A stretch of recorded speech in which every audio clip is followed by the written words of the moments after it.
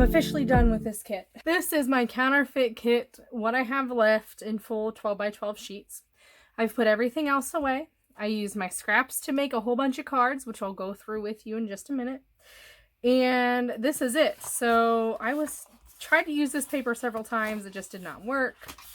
And what will happen with these is they are just going to go straight back into my colored cardstock so I can use them in a future kit. That is a lot of paper left, and I made a ton of layouts with this kit.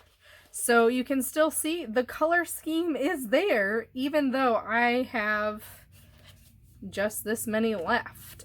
A ton of paper was used, and I'm kind of impressed that there's still that much left. So that's going to go in my color section.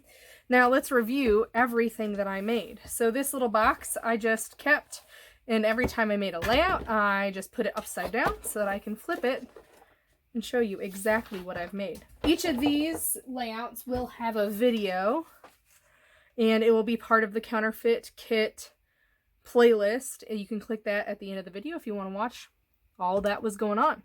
So this was for Scrap the Boys. This was for Paper Fun Day challenges. This was for Mini Kit, my sketch inspiration, Scrapbooking the Ordinary, challenge number 1. Challenge scraps to embellishments with this little guy right there. This is for the guest design team Stick It Down sketch. This was challenge for Counterfeit Kit with no pink. And then finally, the sketch challenge for Counterfeit Kit. So you can see I made a ton of layouts. Let's check. 1, 2, 3, 4, 5, 6, 7, 8, 9 layouts with a single kit. Now that's, I think, a record for me. I usually play kit by kit, and I don't stick with one whole kit an entire month, but I did this month, and I'm proud of 9 layouts. That's crazy.